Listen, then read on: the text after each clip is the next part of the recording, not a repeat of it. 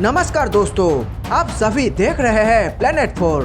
दोस्तों, तालिबान के खिलाफ भारत ने रूस के साथ मिलकर खुफिया प्लान तैयार कर लिया है और किसी भी वक्त इन दोनों देशों के सेना पूरे अफगानिस्तान को घिरकर तालिबानियों के खिलाफ सबसे बड़ा कार्रवाई को अंजाम दे सकते हैं। दोस्तों, आपके जानकारी के लिए बता दें कि कल शाम को भारतीय प्रधानमंत्री नरेंद्र मोदी और रूस के राष्ट्रपति व्लादिमीर पुतिन ने एक दूसरे के साथ फोन पर तालिबान को कड़ा विरोध करने का फैसले पर चर्चा किए और अफगानिस्तान को तालिबानी आतंकियों के चुंगल से आजाद करने पर रणनीति बनाई और ये बातचीत बहुत लंबा समय तक चली।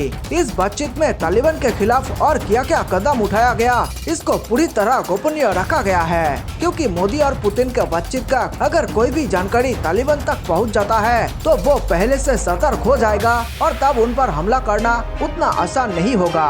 दोस्तों, आपको क्या लगता है, पीएम मोदी और पुतिन के बीच तालिबान को लेकर किस तरह की बातचीत हो सकता है? क्या इन दोनों ही देश मिलकर तालिबान के खिलाफ कोई बड़ा एक्शन के प्लान कर रहा है या फिर कोई और विषय पर चर्चा हुई होगी? हमें कमेंट करके जरूर बताएं। प्रधानमंत्री मोदी ने मंगलवार को रूस के राष्ट्रपति व्लादिमीर पुतिन से अफगानिस्तान के हालात पर चर्चा की है। दोनों नेताओं के बीच करीब 45 मिनट तक फोन पर बातचीत हुई और तालिबान के कब्जे के बाद अफगानिस्तान के मौजूदा हालात के साथ साथ कई द्विपक्षीय मुद्दे पर चर्चा की गई। प्रधानमंत्री ने एक ट्वीट में कहा, अफगानिस्तान के ताजा हालात पर मेरे मित्र राष्ट्रपति पुतिन से विचारों का उपयोगी और विस्तृत आदान प्रदान हुआ।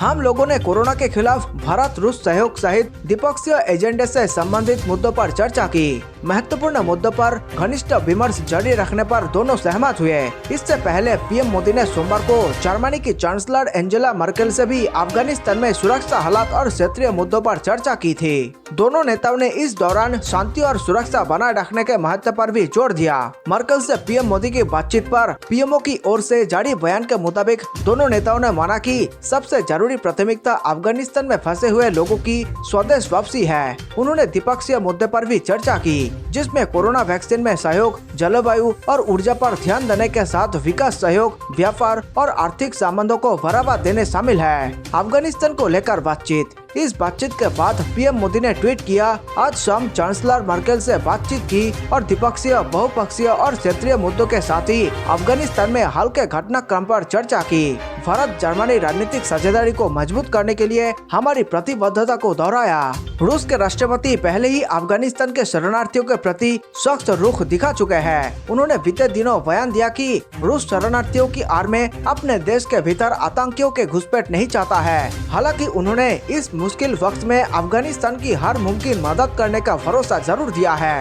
अफगानिस्तान पर तालिबान के कब्जे के बाद इस्लामिक स्टेट ISIS ने मोर्चा खोल दिया है। ISIS का समर्थन करने वाले ऑनलाइन पोर्टल और सोशल मीडिया अकाउंट तालिबान के खिलाफ बाकायदा अभियान चला रहा है। अपने पोस्ट के जरिए ISIS के एक समर्थक तालिबान की लगातार बुराई कर रहे हैं। अफगानिस्तान में हुकूमत स्थापित करने में जुटे तालिबान ने कई बार दावा किया है कि उसका ISIS से कोई संबंध नहीं है और वे अपनी जमीन पर इन आतंकियों को बर्दाश्त नहीं करेगा।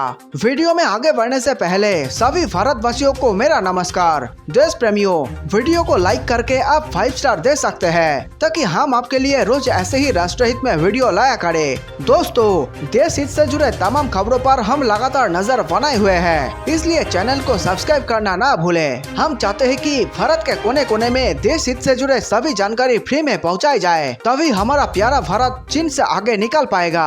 अगर आप हमारे इस मिशन में किसी भी प्रकार की मदद करना चाहते हैं तो इस वीडियो स्क्रीन पर दिए गए हमारे ईमेल आईडी पर हमसे संपर्क जरूर करें। साथ ही नीचे कमेंट में जय हिंद लिखकर पूरे भारत का हौसला बढ़ाएं और वीडियो को व्हाट्सएप, फेसबुक पर दोस्तों के साथ शेयर करके देश प्रेम को फैला दे। ISIS बोला, यह अमेरिका की जीत। BBC की रिपोर्ट के अनुसार ISIS ने 19 अगस्त को आधिकारिक बयान जारी कर कहा था कि तालिबान अमेरिका का फिट्टू है। इस्लामिक स्टेट ने यह भी कहा था कि अफगानिस्तान में जो कुछ भी हुआ वो तालिबान नहीं बल्कि अमेरिका की जीत है, क्योंकि तालिबान ने अमेरिका के साथ बातचीत कर इस सफलता को पाया है। तालिबान के खिलाफ प्रोपेगेंडा वॉर में जुटा ISIS। इस रिपोर्ट में बताया गया है कि ISIS के समर्थन वाले मीडिया समूहों ने 16 अगस्त से 22 अगस्त के बीच में कुछ 22 प्रोपेगेंडा लेख प्रकाशित किए हैं। इनमें से अधिकतर पोस्टर की शक्ल में है। इन पोस्टरों को सोशल मीडिया प्लेटफॉर्म टेलीग्राम और ISIS के समर्थन वाले सर्वर रॉकेट चैट पर शेयर किया गया है। शिया हजारा के साथ तालिबान के 16 पर भी भड़का।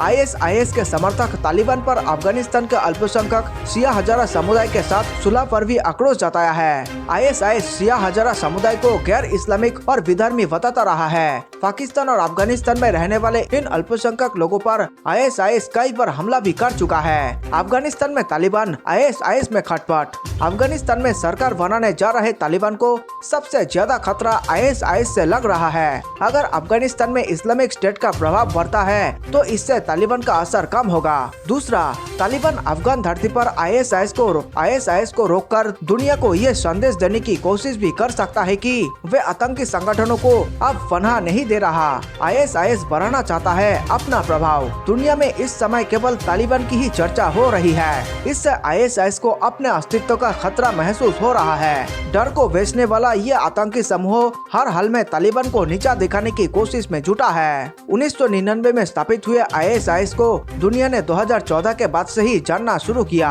इससे पहले सीरिया, इराक या बाकी दूसरे देशों में इसका प्रभाव नहीं था। अमेरिकी खुफिया एजेंसी CIA के डायरेक्टर ने तालिबानी नेता मुल्ला बरदर से की सीक्रेट मीटिंग, डील के संकेत। अमेरिका भले ही तालिबान को लेकर ऊपर से सख्त रुख अपना रहा है, लेकिन अंदर खाने से उसके मन में कुछ और ही चल रहा है। ताजा जानकारी के मुताबिक तालिबानी नेता मुल्ला बरदर से CIA director William J. Burns ने काबुल में मुलाकात की है। दोनों के बीच सोमवार को हुई इस मुलाकात के बाद किसी तरह के डील होने के संकेत भी मिल रहे हैं। अमेरिकी सैनिकों की वापसी जारी। हाई लेवल मीटिंग में बरदर और CIA डायरेक्टर का आमना सामना हुआ है। जानकारी के मुताबिक काबुल पर कब्जे के बाद ये पहली ऐसी उच्च स्तरीय वार्ता है जिसमें किसी वरिष्ठ अमेरिकी अधिकारी ने तालिबान से बातचीत की है। अमेरिका के पास 31 अगस्त तक अपनी सेना को अफगानिस्तान से वापस बुलाने की डेडलाइन है और इसे लेकर तालिबान अमेरिका के बीच ठानी हुई है। माना जा रहा है कि CIA डायरेक्टर ने अमेरिकी नागरिकों के अफगानिस्तान से निकालने के मुद्दे पर ही तालिबानी नेता से चर्चा की है। काबुल एयरपोर्ट में मौजूदा वक्त में ही कई देशों के नागरिक फंसे हुए हैं जो मुल्क छोड़कर जाना चाहते हैं। भारत, अमेरिका समेत कई देशों ने अपने नागरिकों को वहां से निकाला है। बावजूद इसके कई अफगानी नागरिक भी अपना देश छोड़कर बाहर जाना चाहते हैं। इन मुद्दों पर हो सकती है डील। खुफिया एजेंसी ने इस मुलाकात पर अब कोई आधिकारिक बयान नहीं दिया है और न ही व्हाइट हाउस की ओर से कोई प्रतिक्रिया आई है। अमेरिका के कई न्यूज चैनल ने इस मुलाकात के बारे में जानकारी दी है। तालिबान पहले ही साफ कर चुका है कि वे अमेरिका को किसी भी कीमत पर डेडलाइन के बाद अपने सैनिकों की मौजूदगी रखने की इजाजत नहीं देगा। वॉशिंगटन पोस्ट की खबर के मुताबिक राष्ट्रपति जो बाइडेन ने ही खुफिया एजेंसी के डायरेक्टर को तालिबानी नेता से मुलाकात के लिए काबुल भेजा है। इस बातचीत के एजेंडे में अमेरिकी नागरिकों का काबुल से रेस्क्यू और सैनिकों की वापसी पर चर्चा होने के संकेत है। बाइडेन पहले ही काबुल से अपने नागरिकों को निकालने के ऑपरेशन को काफी चुनौतीपूर्ण और कठिन काम बता चुके हैं। देशवासियों, वीडियो अंत तक देखने के लिए आप सबका बहुत बहुत धन्यवाद। मेरे देश प्रेमियों, नीचे कमेंट में जय हिंद लिखकर आप हमारे वीडियो को 5 स्टार दे सकते हैं ताकि हम आपके लिए ऐसे ही देशभक्ति वीडियो लाया करें। जल्द मिलते हैं एक और जानकारी पूर्ण वीडियो के साथ। नमस्कार, धन्यवाद।